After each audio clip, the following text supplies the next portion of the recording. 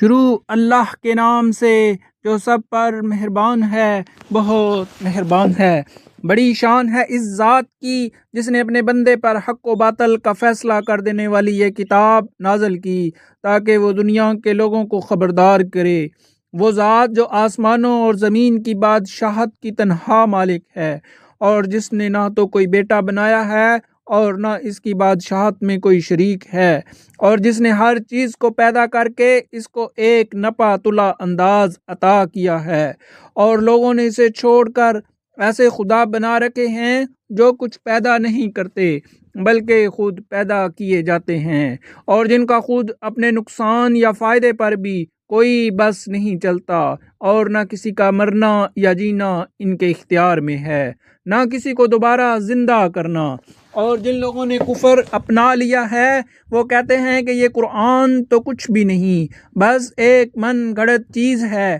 جو اس شخص نے گھڑ لی ہے، اور اس کام میں کچھ اور لوگ بھی اس کے مددگار بنے ہیں۔ اس طرح یہ بات کہہ کر یہ لوگ بڑے ظلم اور کھلے جھوٹ پر اتر آئے ہیں، اور کہتے ہیں کہ یہ تو پچھلے لوگوں کی لکھی ہوئی کہانیاں ہیں جو اس شخص نے لکھوا لی ہیں، اور صبح شام وہی اس کے سامنے پڑھ کر سنائی جاتی ہیں۔ کہہ دو کہ یہ کلام تو اس اللہ نے نازل کیا ہے جو ہر بیت کو پوری طرح جانتا ہے، آسمانوں میں بھی زمین میں بھی، بے شک وہ بہت بخشنے والا مہربان ہے۔ اور یہ کہتے ہیں کہ یہ کیسا رسول ہے جو کھانا بھی کھاتا ہے اور بازاروں میں بھی چلتا پھرتا ہے، اس کے پاس کوئی فرشتہ کیوں نہیں بھیجا گیا جو اس کے ساتھ رہ کر لوگوں کو ڈراتا، یا اس کے اوپر کوئی خزانہ ہی آ پڑتا، یا اس کے پاس کوئی باغ ہوتا جس میں یہ کھایا کرتا۔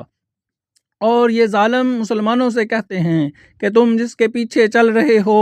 اور کچھ نہیں، بس ایک شخص ہے جس پر جادو ہو گیا ہے۔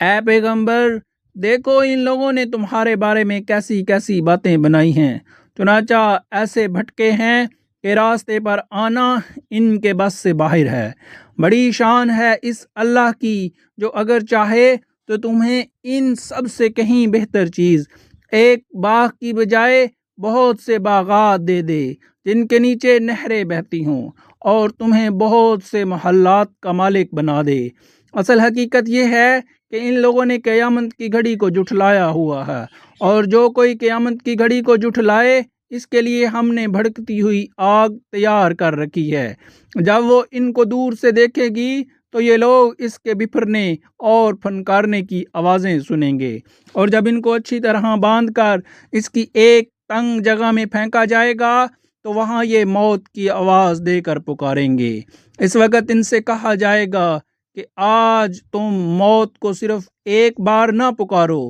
بلکہ بار بار موت کو ہی پکارتے رہو، کیونکہ یہ انجام بہتر ہے، یا ہمیشہ رہنے والی جنت جس کا وعدہ متقی لوگوں سے کیا گیا ہے، وہ ان کے لیے انعام ہوگی، اور ان کا آخری انجام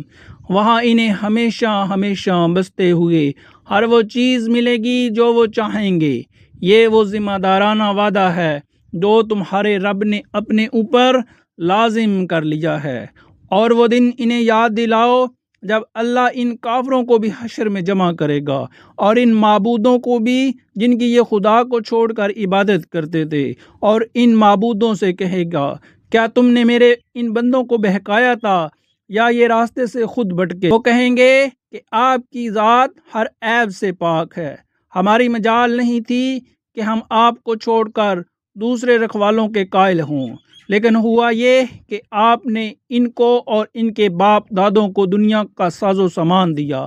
یہاں تک کہ جو بات یاد رکھنی تھی اسے بھلا بیٹھے، اور اس طرح یہ خود برباد ہو کر رہے۔ لو اے کافروں، انہوں نے تو تمہاری وہ ساری باتیں جھٹلا دی جو تم کہا کرتے ہو، اب نہ عذاب کو ٹالنا تمہارے بس میں ہے نہ کوئی مدد حاصل کرنا، اور تم میں سے جو کوئی ظلم کا مرتکب ہے ہم اسے بڑی بھاری عذاب کا مزہ چکھائیں گے۔ اور اے پیغمبر، ہم نے تم سے پہلے جتنے پیغمبر بھیجے وہ سب ایسے تھے کہ کھانا بھی کھاتے تھے اور بازاروں میں بھی چلتے پھرتے تھے، اور ہم نے تم لوگوں کو ایک دوسرے کی آزمائش کا ذریعہ بنایا ہے۔ بتاؤ کیا صبر کرو گے؟ اور تمہارا پروردگار ہر بات دیکھ رہا ہے۔ جن لوگوں کو یہ توقع ہی نہیں ہے کہ وہ کسی وقت ہم سے آ ملیں گے، وہ یوں کہتے ہیں کہ ہم پر فرشتے کیوں نہیں اتارے جاتے، یا پھر ایسا کیوں نہیں ہوتا کہ ہم خود اپنے پروردگار کو دیکھ لیں۔ حقیقت یہ ہے کہ یہ اپنے دلوں میں اپنے آپ کو بہت بڑا سمجھے ہوئے ہیں، اور انہوں نے بڑی سرکشی اختیار کی ہوئی ہے۔ جس دن ان کو فرشتے نظر آئیں گے، اس دن ان مجرموں کے لیے کوئی خوشی کا موقع نہیں ہوگا، بلکہ یہ کہتے پھریں گے کہ خدایا ہمیں ایسی پناہ دے کہ یہ ہم سے دور ہو جائیں، اور انہوں نے دنیا میں جو عمل کیے ہیں ہم ان کا فیصلہ کرنے پر آئیں گے تو انہیں فضا میں بکھرے ہوئے گرد و غبار کی طرح بے قیمت بنا دیں گے۔ اس دن جنتی لوگ ہوں گے جن کا مستقر بھی بہترین ہوگا اور آرام گاہ بھی خوب ہوگی۔ اور جس دن آسمان پھٹ کر ایک بادل کو رخ دے گا اور فرشتے اس طرح اتارے جائیں گے کہ ان کا تار بند جائے گا، اس دن صحیح معنی میں بادشاہی خدائے رحمان کی ہوگی، اور وہ دن کافروں پر بہت سخت ہوگا۔ اور جس دن ظالم انسان حسرت سے اپنے ہاتھ کو کاٹ کھائے گا اور کہے گا کاش میں نے پیغمبر کی ہمراہی اختیار کر لی ہوتی، ہائے میری بربادی، کاش میں نے فلاں شخص کو دوست نہ بنایا ہوتا، میرے پاس نصیحت آ چکی تھی مگر اس دوست نے مجھے اس سے بھٹکا دیا۔ اور شیطان تو ہے ہی ایسا کہ وقت پڑنے پر انسان کو بے کس چھوڑ جاتا ہے۔ اور رسول اللہ صلی اللہ علیہ وآلہ وسلم کہیں گے کہ یا رب میری قوم اس قرآن کو بالکل چھوڑ بیٹھی تھی، اور ہم نے اس طرح مجرم لوگوں کو ہر نبی کا دشمن بنایا ہے، اور تمہارا پروردگار ہدایت دینے اور مدد کے لیے کافی ہے۔ اور یہ کافر لوگ کہتے ہیں کہ ان پر سارا قرآن ایک ہی دفعہ میں کیوں نازل نہیں کر دیا گیا؟ اے پیغمبر، ہم نے ایسا اس لیے کیا ہے تاکہ اس کے ذریعے تمہارا دل مضبوط رکھیں، اور ہم نے اسے ٹھہر ٹھہر کر پڑھوایا ہے۔ اور جب کبھی یہ لوگ تمہارے پاس کوئی انوکھی بات لے کر آتے ہیں، ہم تمہیں اس کا ٹھیک ٹھیک جواب اور زیادہ وضاحت کے ساتھ عطا کر دیتے ہیں۔ جن لوگوں کو گھیر کر نہ کے بل دوزخ کی طرف لے جایا جائے گا وہ بدترین مقام ہے، اور ان کا راستہ بدترین گمراہی کا راستہ ہے۔ بے شک ہم نے موسیٰ کو کتاب دی تھی اور ان کے ساتھ ان کے بھائی ہارون کو مددگار کے طور پر مقرر کیا تھا۔ چنانچہ ہم نے کہا تھا کہ تم دونوں ان لوگوں کے پاس جاؤ جنہوں نے ہماری نشانیوں کو جھٹلایا ہے۔ آخر نتیجہ یہ ہوا کہ ہم نے ان کو تباہ کر کے نیست و نابود کر دیا۔ اور نوح کی قوم نے جب پیغمبروں کو جھٹلایا تو ہم نے انہیں غرق کر دیا اور ان کو لوگوں کے لیے عبرت کا سامان بنا دیا، اور ہم نے ان ظالموں کے لیے ایک دردناک عذاب تیار کر رکھا ہے۔ اسی طرح ہم نے عاد و سمود اور اصحاب الرس کو اور ان کے درمیان بہت سی نسلوں کو تباہ کیا۔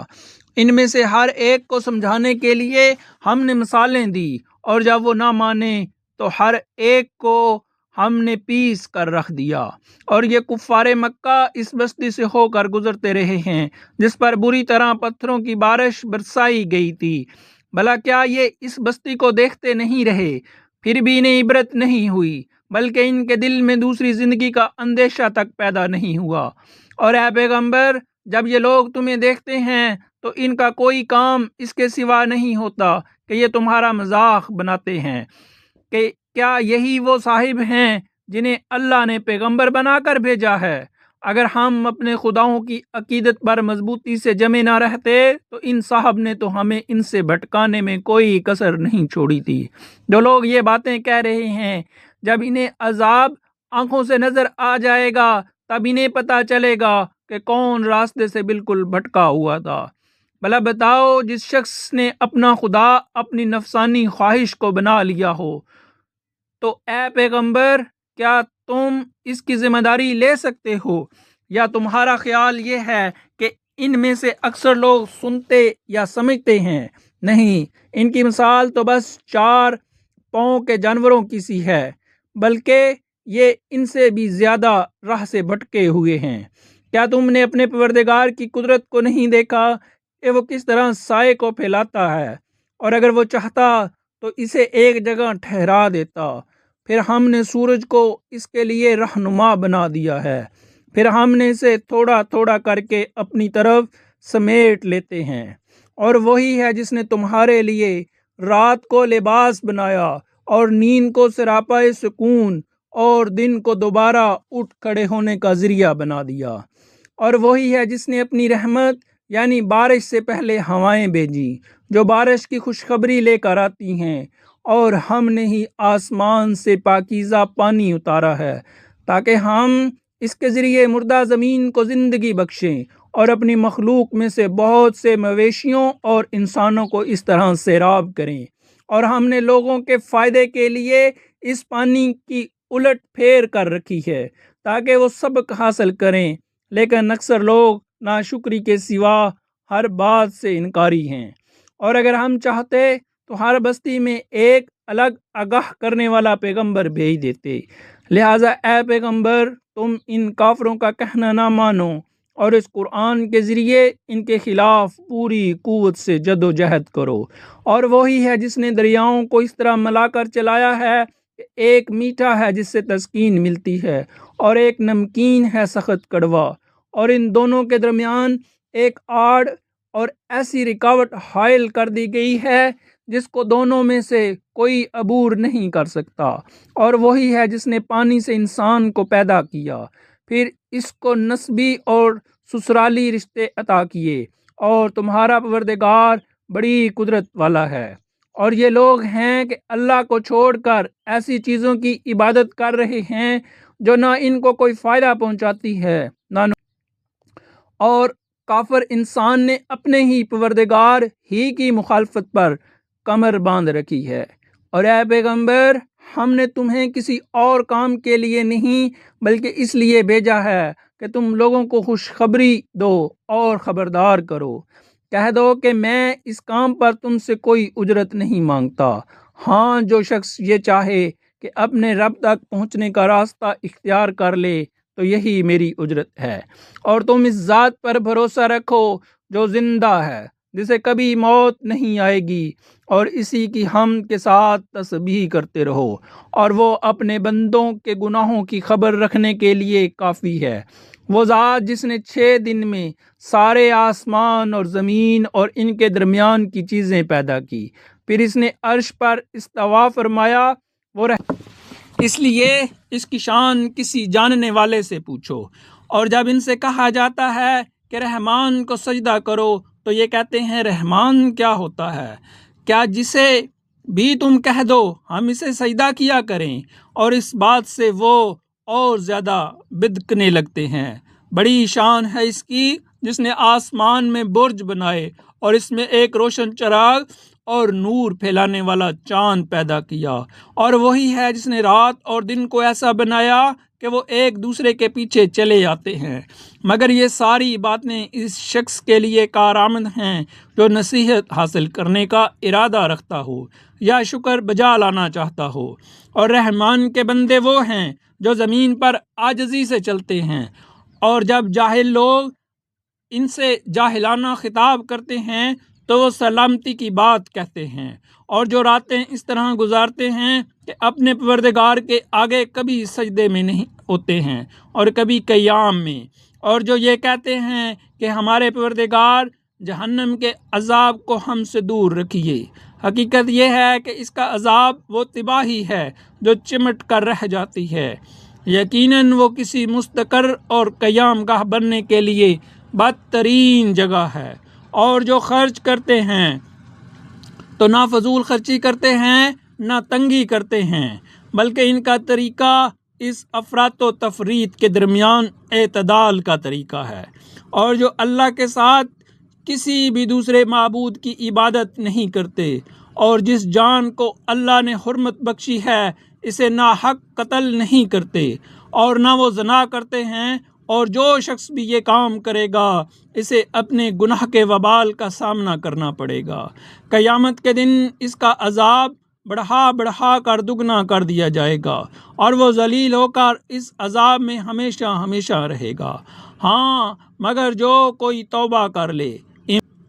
اور نیک عمل کرے تو اللہ ایسے لوگوں کی برائیوں کو نیکیوں میں تبدیل کر دے گا، اور اللہ بہت بخشنے والا بڑا مہربان ہے۔ اور جو کوئی توبہ کرتا ہے اور نیک عمل کرتا ہے تو وہ در حقیقت اللہ کی طرف ٹھیک ٹھیک لوٹ آتا ہے، اور رحمان کے بندے وہ ہیں جو ناحق کاموں میں شامل نہیں ہوتے، اور جب کسی لغو چیزوں کے پاس سے گزرتے ہیں تو وقار کے ساتھ گزر جاتے ہیں، اور جب انہیں اپنے رب کی آیت کے ذریعے نصیحت کی جاتی ہے تو وہ ان پر بہرے اور اندھے بن کر نہیں گرتے، اور جو دعا کرتے ہوئے کہتے ہیں کہ اے ہمارے پروردگار، ہمیں اپنی بیوی بچوں سے آنکھوں کی ٹھنڈک عطا فرما اور ہمیں پرہیزگاروں کا،